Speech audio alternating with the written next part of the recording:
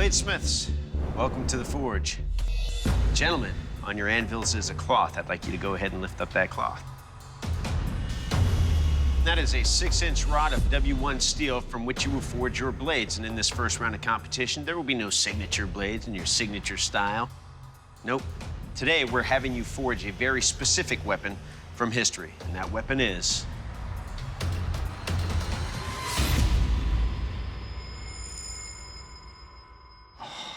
the Crusader dagger. Your daggers need to measure up to the following parameters. The length of your blade must be between 12 and 15 inches. You must have a quad hollow or a diamond-shaped grind on your double-edged blade, and you must also include a through tang. Good luck, Bladesmiths. Your 3 hour starts now. Sidgery welded a work stick onto the backside of that bar. I've never worked with big glue, but I tell you what, I'm in love. I finally got my work stick on with the welder. Now it's in the forge, and I'm waiting for it to heat. I'm like, it took a good 15, 20 minutes for it to get hot enough, so now I can actually start forging.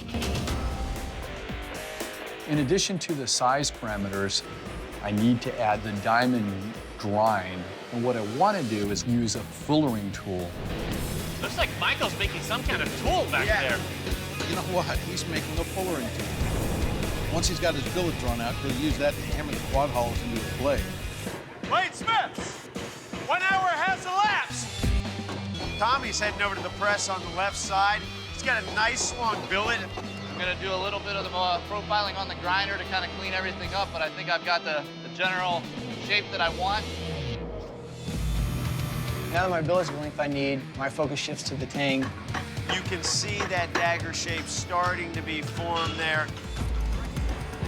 Tommy's heading over to the van. It looks like he's doing some thermocycling. When you're forging and you're mashing all this metal and hammering on it, you're making those molecules in the steel are doing all kinds of crazy things. So you're gonna heat your blade up and then you're gonna slow cool it down and let the molecules kind of reset. Went through the 3 cycles, everything seemed pretty good. So at this point, I'm getting ready to go to the grinder. Bladesmiths, 2 hours has elapsed. Once I established the tang that I was satisfied in the ricotta, the plan is to start using my fullering tool. Ran into a problem, and it was a gnarly one. My center strong back, it is now wandering to one side or the other, and I'm trying to walk it over, but it's insistently wandering down the side. I really want to forge into fuller, but I don't have the time, so we're going to use the grinder to establish that diamond cross pattern. My blade is rough. I know I'm gonna have to do a lot of grinding and profiling the blade. 45 minutes! I'm running out of time. Something in the back of my head say, hey, go quench. I get my blade up to temperature, I stick it in the oil. I see the center line is still nice and hot. I think I've got a good quench. The core of his blade is red hot. Is he out of the oil too fast? Way too fast. No such thing as quenching for too long. Are you serious? It's not hard at all. All that's going through my head, please be hard, please be hard, please don't crack. Like having a dog, be good. Blade comes out, got this beautiful color to it. I take the file.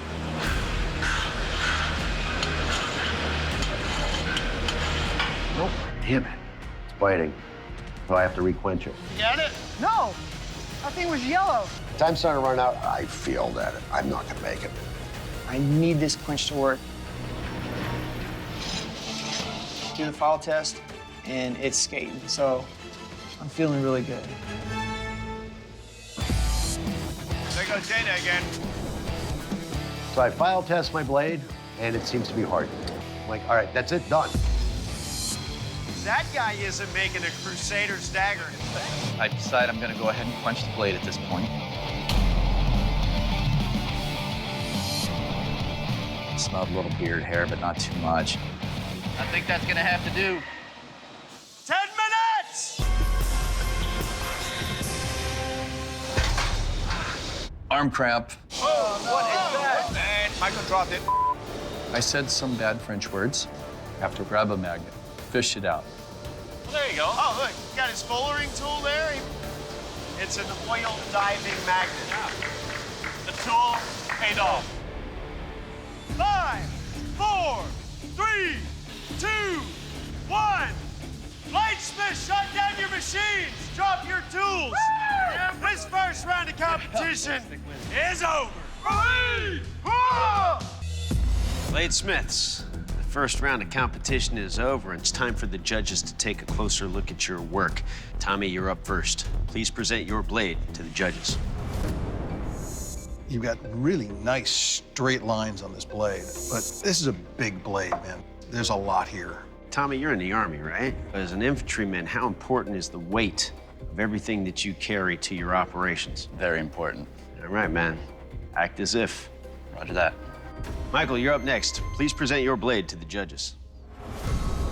Michael, the shape isn't a traditional shape for a crusader dagger. It's got this very long taper to the tip there. Aside from that, the grinds just need attention. They're rough, but you spent a lot of time smithing and didn't have a lot of time to grind, so I'm happy you got to where you did. Well done. Thank you. Take a breath, Sindri, because you're up next. Please present your blade to the judges. Among all the blades, this is the closest shape for what we're looking for a crusader dagger. Good job on that. But here's the main concern. There are cracks, and they go across the edge of your blade. And we've seen that those are areas that can pretty much break during a very stressful test. But overall, good job. All right, Dana, you're up. Please present your dagger to the judges. Well, Dana, this is a sort of gladius-looking shape. It has shoulders here that are coming to a point. Not really the sort of Gothic arch of a crusader dagger. There's also quite a warp that has developed, you can see. I mean, there's a lot of meat up here at the tip. Maybe you'd be within grinder range, but it is a solid piece of steel. Thank you. Bladesmiths, the judges' deliberation is complete. They've made a final decision. Bladesmith leaving the forge is...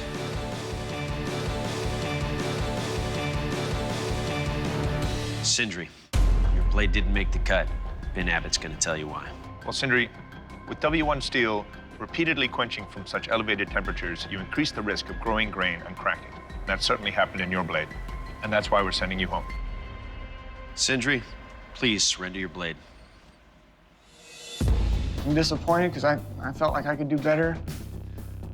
But you have not seen the last of Sindri.